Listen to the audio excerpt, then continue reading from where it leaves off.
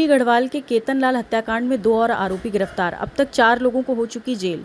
टिहरी के लंबगांव थाना क्षेत्र में दलित युवक केतनलाल हत्याकांड में अब तक 4 आरोपी गिरफ्तार। आज 2 आरोपी चढ़े हत्थे। लंबगांव थाना क्षेत्र खोलगढ़ गांव में दलित युवक केतनलाल हत्याकांड मामले में पुलिस की कार्रवाई जारी। मामले में 2 और आरोपियों की गिरफ्तारी, जबकि इससे पहले 2 आरोपियों को गिरफ्तार किया जा चुका। इस तरह से अभी तक 4 आरोपियों की गिरफ्तारी हो चुकी। बता दें, बीती 8 जून को टिहरी के लंबगांव के देवल गांव निवासी धनपाल लाल ने थाना लंबगांव में एक लिखित तहरीर दी थी। तहरीर में उन्होंने आरोप लगाया था कि उनके बेटे केतनलाल और दिवाकरी डिमरी के साथ यशवीर सिंह पवार पुत्र विद्याधर पवार समेत उसके परिवार के सदस्यों ने मारपीट की, उन्हें घर में बंधक बनाकर रखा। शिकायत के मुताबिक मारपीट के दौरान गंभीर चोटें आने से केतनलाल की स्थिति बिगड़ी, जिससे उन्हें उपचार के लिए नजदीकी अस्पताल ले गए, जहां उपचार के दौरान केतनलाल की मौत हुई, जबकि केतन के साथ गए दिवाकर डिमरी के साथ भी मारपीट कर उसके साथ फ्रैक्चर कर दिए। उसका अभी जिला अस्पताल बौराड़ी में उपचार चल रहा। तहरीर के आधार पर थाना लंबगांव में धारा 103(1), 3(5) BNS और 3(2)V SC/ST अधिनियम के अंतर्गत अभियोग पंजीकृत किया गया। मामले की गंभीरता को देखते हुए टिहरी SSP श्वेता चौबे ने अपर पुलिस अधीक्षक को मामले की बारीकी से जांच कर आरोपियों के गिरफ्तारी के निर्देश दिए। श्वेता चौबे SSP टिहरी, क्यों हुई थी केतनलाल की हत्या? ये पूरा मामला प्रेम प्रसंग से जुड़ा बताया जा रहा। केतनलाल को नाबालिग लड़की ने मिलने के लिए धोखे से बुलाया। केतन के पास गाड़ी नहीं थी तो उसने अपने दोस्त दिवाकर डिमरी को लड़की के गांव छोड़ने को कहा, जिस पर दोनों बाइक सवार होकर लड़की के गांव पहुंचे।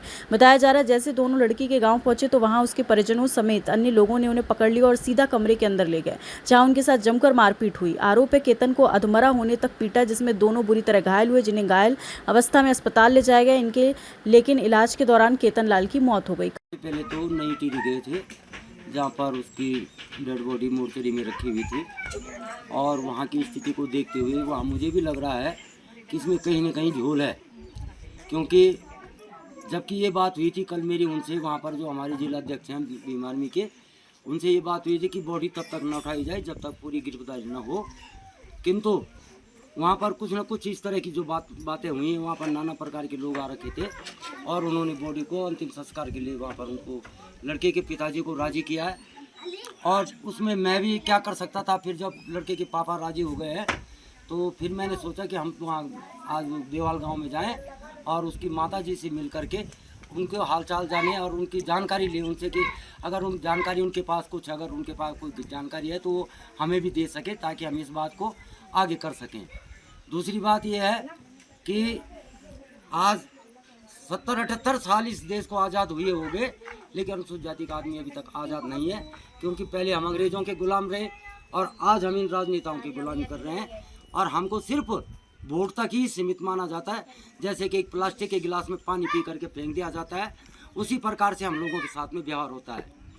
तो मैं यहाँ पर इस पीड़ित परिवार को मिल करके जो मैं यहाँ की परिस्थिति देखी है, वैसे यहाँ पर 2 आदमी पुलिस वाले जो आए हैं उनसे अभी मुलाकात नहीं हो पाई कि तुम्हारे यहाँ पर परमानेंट ड्यूटी लगाई गई है कि नहीं है, क्योंकि यहाँ पर इन लोगों को अभी खतरा हो सकता है। क्योंकि सुनने में ये आया है कि वो परिवार जो है ये भी कह रहा था, बल अभी लड़के की दादी जी बता रही थी कि बोरियों के हिसाब से नोट लग जाएंगे, तब भी कोई हमारा कुछ नहीं कर सकता है। तो मैं चैनल के माध्यम से बता देना चाहता हूँ कि कितनी बोरी नोट हैं तुम्हारे, हमें वो नई टीवी में देखेंगे कि तुम्हारे पास कितनी बोरी नोट के हैं, और लगाओ तुम कितनी बोरी नोट की लगाते हो, न्याय तो न्याय होगा। अभी मेरी वीडियो के माध्यम से गढ़वाल IG से भी बात हुई थी, उनका भी आश्वासन है कि हम दोषियों को बख्शेंगे नहीं, और मुझे उम्मीद है कि उनको जो है न्याय नहीं मिलेगा इस परिवार को। था जो घटना वो तो सबने देख ली है कि उसके कितनी बेरहमी से हत्या की गई है। तो मेरी पुष्कर सिंह धामी से यही अनुरोध है कि मेरे भाई को इंसाफ मिले। वैसे तो वो बोलते रहते कि बेटी बचाओ बेटी पढ़ाओ, मैं भी उनकी एक बेटी जैसी हूँ। अगर उसे इंसाफ नहीं मिला तो मतलब आपका होने का कोई फायदा नहीं है। मैं यही कहना चाहती हूँ, क्योंकि वो इसीलिए यहाँ आना नहीं चाह रहे हैं क्योंकि हम छोटी कास्ट के हैं, अनुसूचित जाति से हैं, तो इसीलिए वो यहाँ आने के लिए तैयार नहीं है। जैसे कि कभी कुछ होता है तो वहाँ तुरंत पहुँच जाते हैं। कौन मुख्यमंत्री से यही अनुरोध चाहती हूँ, वैसे तो अन्य जगह पे वो पहुँच जाते हैं, पर वो यहाँ क्यों नहीं आ रहे हैं? जब हम मतलब आज मेरा भाई मरा हुआ है, हमें इंसाफ चाहिए, तो विक्रम सिंह नेगी जी यहाँ क्यों नहीं आ रहे हैं? क्योंकि हम छोटी कास्ट के लोग हैं, इसीलिए तो वो यहाँ नहीं आ रहे हैं।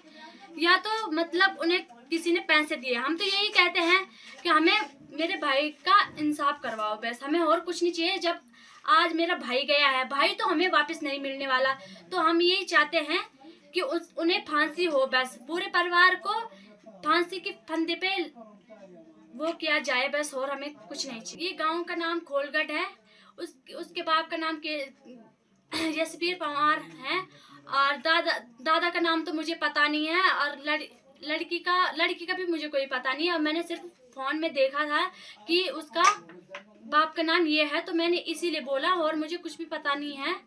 मुख्यमंत्री से यही चाहती हूँ कि वो मेरे भाई को बस इंसाफ दिलाए, बस मैं और कुछ नहीं चाहती। उन्हें फांसी के फंदे पे लटकाया जाए, हमें तभी सुकून मिलेगा बस, और हमें कुछ नहीं चाहिए। फिर हम खुद अपने हाथों पे अपना वो लेंगे, हम खुद ही मारेंगे। फिर कल के दिन वो हमें ये ना बोले कि हाँ तुमने ये रिस्क क्यों लिया, क्योंकि हम आप लोगों को बोल रहे कि हाँ अगर आपके हक में है तो करो, जितनी जल्दी हो सके उतनी जल्दी करो। 4 दिन से अभी मेरे भाई को कोई न्याय नहीं मिला। हमने हमारी नीची कास्ट है, इस चक्कर में हमारे साथ कोई लड़ने के लिए तैयार नहीं है, या कोई भी कुछ बोलने के लिए तैयार नहीं है। अगर हमारी कास्ट के चक्कर में ये सब कुछ हो रहा है बस।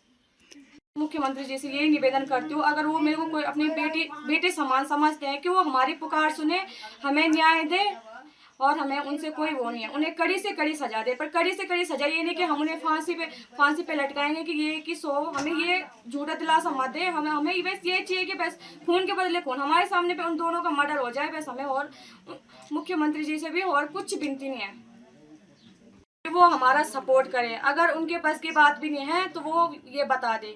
अगर वो हमारा सपोर्ट नहीं करेंगे तो हम कहाँ जा सके। हमारे पास ना कुछ देने के लिए ना पैसे हैं, क्योंकि हम गरीब घर से हैं। हमारे पास कुछ भी, लोग तो घूस देंगे तब लोगों का मुंह बंद करेगा। हमारे पास ना घूस देने के लिए पैसे है ना कुछ। हम अपने मुंह से ही लड़ सकते हैं, हम अपने भाई को न्याय दिलाएंगे। हमें अब खुद पे इतना वो है कि हम अपने भाई को न्याय दिलाएंगे।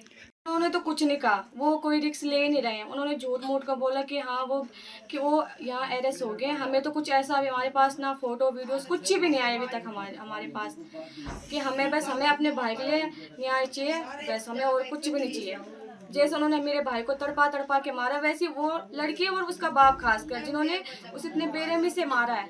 उसके पैरों में कील ठोकी गई, नाखून तक निकाले गए, उसके हर एक अंग में उन्होंने इतना गंदा मारा का थानों से हम बता ही नहीं सकते हैं। हमारे तो मेरी मम्मी के दिल पे क्या बीतरी होंगी बस। हमें कुछ भी नहीं चाहिए बस, हमें ये चाहिए कि हाँ बस ना उन्हें कोई फांसी हो ना कुछ हो, बस हम ये चाहते हैं कि बस उन्हें जैसे मेरे भाई की मौत हुई वैसे उनकी मौत होनी चाहिए। बाबा मैं कहना चाहूँगा कि बस मेरे बंटी का सामने खून को खून लिए जाओ, बस खून को खून लिए जाओ मेरे बंटी का सामने। जब मेरे बंटी को खून हुई तब चाहूँ मैं फांसी की सजा हो, वो फांसी की सजा होनी चाहिए। लड़की की भी, लड़की का बाबू भी,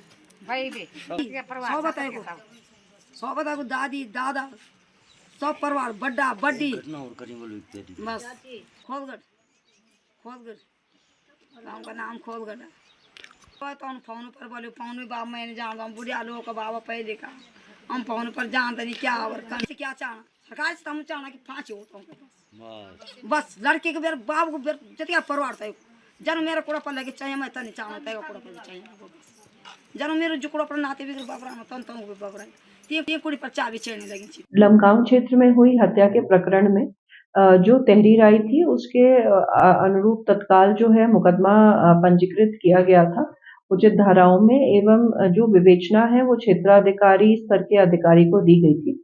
और जो 2 नामजद अभियुक्त थे यशवीर और विद्या सिंह पवार, उनकी गिरफ्तारी की गई थी और उन्हें न्यायालय में पेश कर न्यायिक अभिरक्षा में भेज दिया गया था।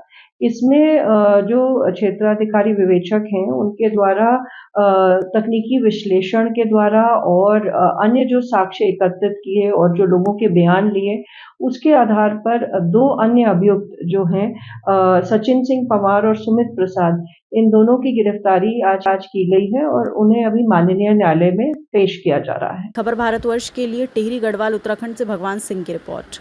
अपने शहर अपने प्रदेश की ताज़ा खबरों के लिए लाइक करें, शेयर करें, सब्सक्राइब करें और हाँ, बेल आइकन दबाना ना भूलें, क्योंकि खबर हमारी, फैसला जनतंत्र का।